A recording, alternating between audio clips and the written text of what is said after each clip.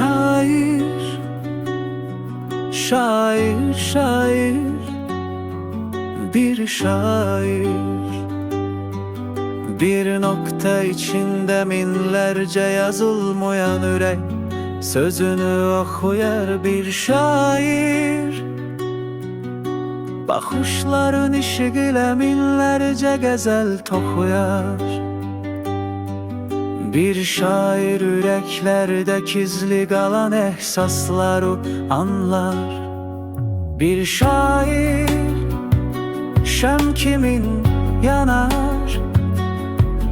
Bir şair balaca girmizi kalbin eksinin ve resminin içinde derya derya sevgi bular. Bir şair yüreklerde susuz kalan umut bahçalarını şiir ile sular.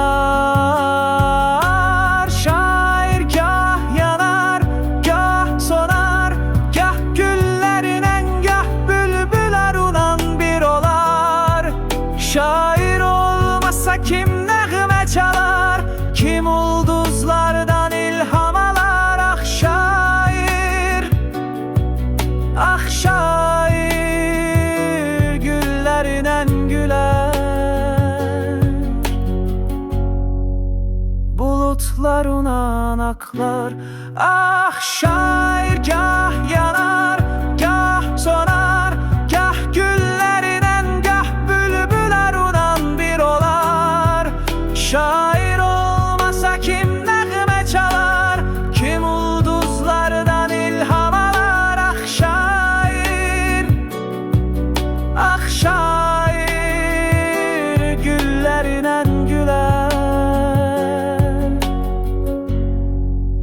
Bulutlar unan aklar. Ah şair.